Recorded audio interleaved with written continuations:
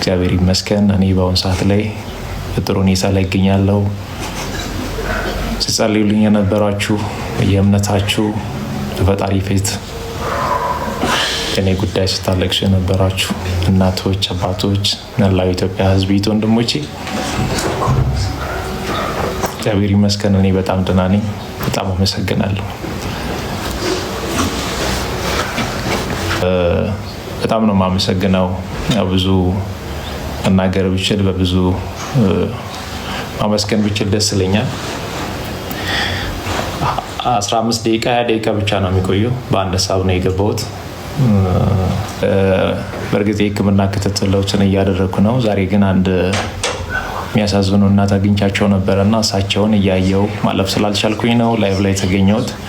ብዙ መቆየት አልችልም። እንዳትወጡ ወደዚህ ምትስቲ አንዴ ልደግፉት ቀስ ብሎ ይነሱ።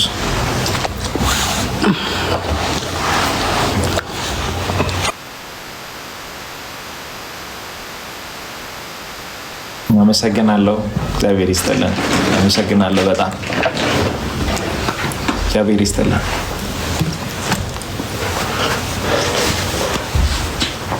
አንዴ አንዳችሁ ስልካችሁን ስጡኝና ምናልባት ያላዩ ሰዎች ካሉ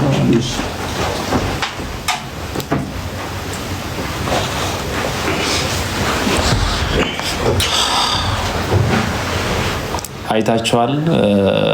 አሁን የነገርኳችሁ ቪዲዮ ካላያችሁ ደግሞ አንድ ጊዜ ያንን ቪዲዮ ላሳያችሁ።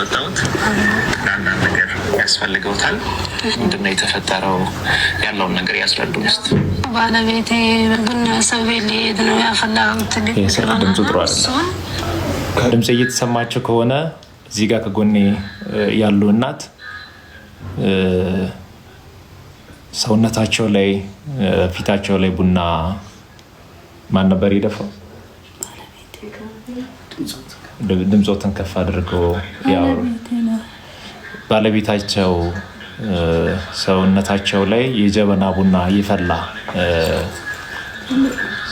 የጀበና ቡና ሰውነታቸው ላይ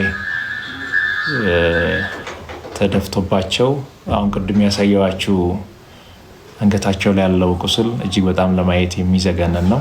ምናልባትም የአንገታቸው ላይ የታሰረው ነገር ሕክምና ላይ ነበሩ በዚህ ሳምንት ውስጥ።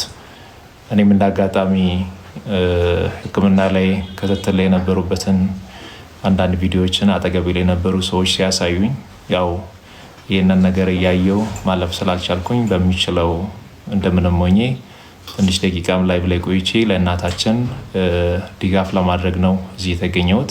ከቻላችሁ እናንተም ሁላችንም ተባብረን እኚህን እናት እናሳክማቸው። ማማ እዚህ ጋር እርስዎን ለማገዝ የተገኙ ሰዎች አሉ፣ ሀገር ውስጥም ውጭም ያሉ እጅግ በጣም ቅንና ደግ የሆኑ ወንድሞች አሉ። የተፈጠረውን ነገር እኔ ከማስረዳቸው እርስዎ በደንብ ያስረዳቸዋና የሚያግዙ ሰዎች ደግሞ ያግዛቸዋል። ማስተር ትንሽ ሰዎች አይሰማም ያሉ ነው ኮሜንት ላይ አይሰማም። ድምፅ ከፍ አድርገው ይናገሩ።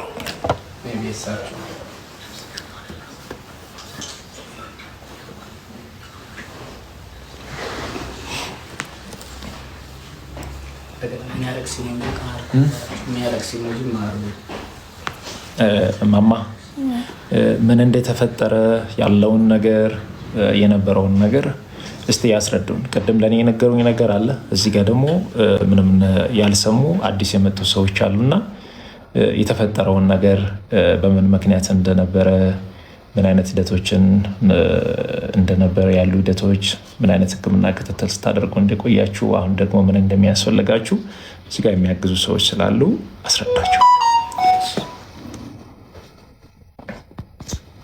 ንገራቸው። አደጋው ባለቤቴ ነው ያደረሰብኝ። ድምፅ ትንሽ ከፍ ያድርጉ በደንብ እንዲሰማቸው። አደጋው ባለቤቴ ነው ያደረሰብኝ። ይህን አደጋ ትንሽ አይደለም፣ ብዙ ነገር ነው ያሳለፍኩት። እስካሁንም ሕክምና ላይ ነው ያለሁት። አመቱ አልፏል። አመት ሙሉ ያው ቤት አልገባም። እስካሁን ክትትል ያደረኩ ነው፣ ግን በቂ ሕክምና አላገኘሁም ነበር። አሁን በሰሞኑ ትንሽ ያው ዶክተሮች እንትን ብሎልኝ ትንሽ ሕክምና አሁን አግኝቻለሁ። አሁንም ሰርጀሪ ነው ያደረጉት ያለው። አሁንም ድጋሚ ያለብሽ ተብያለሁ። አላለቀም። ያው መተከታተልኩ ነው። አቅሙ ስላልቻልኩት ነው እዛም የወጣው። ነብዩ አመላለሳለሁ ብላን ካልችልም ገንዘቡ ስለማልችል ያመላለስሻለሁ ብላን አወጣችኝ። እዛ አቅሜ ስላልቻለ አሁንም ያው በቂ ያልሆነኝም ብዙ ነገር ነው አለብኝ። ልጆቼን በየቤታቸው በትኜ ነው ያለሁት። ከሰል ጠገና ነው ያለሁት። አሁን ፈራሽ ቤት ነው አንድ ሰውዬው ሰጥቶኝ ነው። እስካሁን መግባት አልነበረኝም። ያው ልጆቼ እንደረሱ ብዙ እዛ ነው። አሁን በዛ ጎጆ ነው ገብቼ ማታ እዛ ሰው እንትን አለኝ የረዳኝ ምግብ ምናምን በሰው ነው ያለሁት። እስካሁንም ያው በቂ ያልሆነኝም መጀመሪያም ተበድሬ ነው። በመጀመሪያ ቤት ብር ነው የተበደሩት። መጀመሪያ ወደ ሕክምና ሲመጡ 250 ሺህ ብር ከሰው ተበድረው ሕክምና የመጀመሪያ ሕክምና በሱ ነው። ከዛ በኋላ ሁለተኛ ዙር ሕክምና ስታደርጉ ምን ያህል ብር ከፈላችሁ?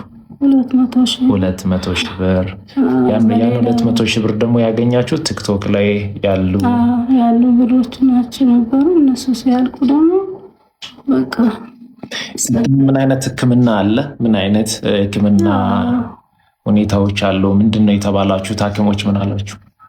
ሐኪሞቹ ይሄ አሁን ላይ በቃ ይችላል፣ ላይ ይስተካከል ይችላል ቦታው ድጋሚ ሰርጀሪ መታፋሽ ወጥቶ እንትን ይልለታል። አሁን በዚህ እንሞክረውና በዚህ ላይ ይስተካከል ይችላል ብሎ አሁን ያነሱ ጋር እስከ 3 ወር ምናምን መሰለኝ። ከየት ነበር የመጣው? ክፍለ ሀገር ነው የመጣሁት። ክፍለ ሀገር ከየት? ሙጎ ይባላል። ምን? ሙጎ። ከሙጎ ወደ አዲስ አበባ ከመጣችሁ ምን ያህል ጊዜ ይሆናችኋል? አመት አልፎኛል። 1 ዓመት አልፏል። ይህንን 1 ዓመት ሕክምና ክትትል ስታደርጉ በሰው ቤት ተጠግታችሁ ነው የምትኖሩት? ቀጣይ ያለውን ሕክምና ለማድረግ ተጨማሪ ሕክምና ገንዘብ ያስፈልጋል። ቅድም ለኔ የነገሩኝ ነገር አለ፣ ከሰው ገንዘብ እንደተበደሩ። ልክ ነኝ? ልክ ነኝ። ያን ነገር በደንብ ለሰው ያስረዳዋቸው። ሌላ አንድ ነገር እኔም ማወቅ የሚፈልገው ለትምህርትም ይሆናል ብዬ የሚያስበው ይሄ ነገር ሲፈጠር እንዴት ነው የተፈጠረው? በምን ምክንያት ተፈጠረ? የፈላ ቡና በእንደዚህ አይነት ሁኔታ ይህንን ጭካኔ ተግባር ሲፈጽም ምንድን ነው እንዴት ነው ነገሩ የተፈጠረው? ምንም መጀመሪያ ያው ሁሌም እንጣላለን። መጀመሪያም ነበረን ያኔ ሲወጣ በቤት ሁሌም መጀመሪያም ይዛቻል።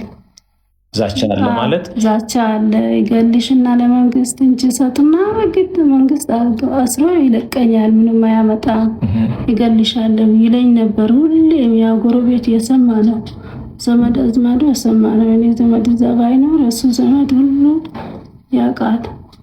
ያ ሲለኝ እኔ በቃ ይልና ለሽማግሌ ሲነግረው አይ አይጨክንም፣ ታይ ልጆች አትበትኝ ያሉ አስታርቆ ሁሌ የሚያስገቡኝ ነበር። እኔም ልጆቹ መበተኑ ራሱ ለእኔ ከባድ ይመስለኛል።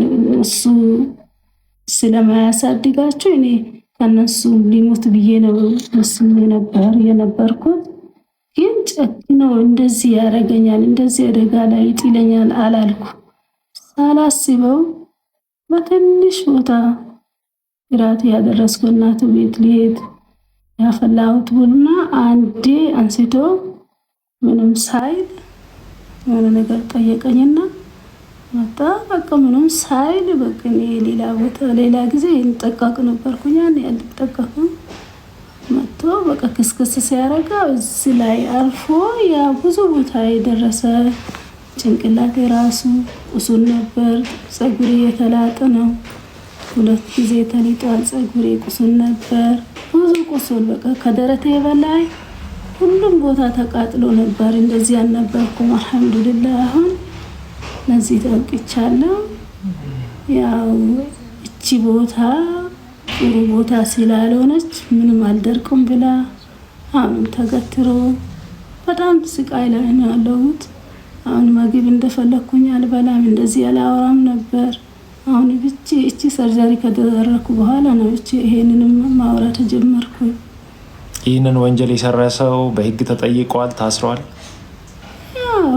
ያኔ ራሱ ሄዶ የቤተሰቡ ነው መሰለኝ ሄድና እጅ ስጥ እሷ ዘመድ ከመጣ አንተን አይተውህም ብሎ ያው እኔ ማንም ትተርፋለች አላለም። ያኔ እንደዚህ እኮ አልነበረም፣ ፊቴ ምን እንደዚህ አልነበረም።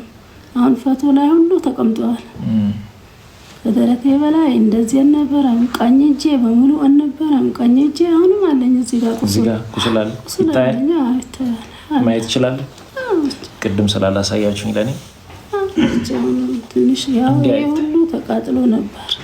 ይታያቸው እዚህ ጋር ቡና ደርሶ የፈላ ቡና የደረሰ አለ። በቃ ምንም አልነበረም፣ ምንም አልነበረም። እሺ ያቸዋል።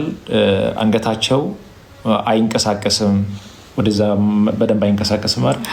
አንገታቸው አይንቀሳቀስም። ለዚህ ደግሞ ሕክምና ያስፈልጋቸዋል። ለሕክምናቸው የተወሰነ ድጋፍ እናድርግ።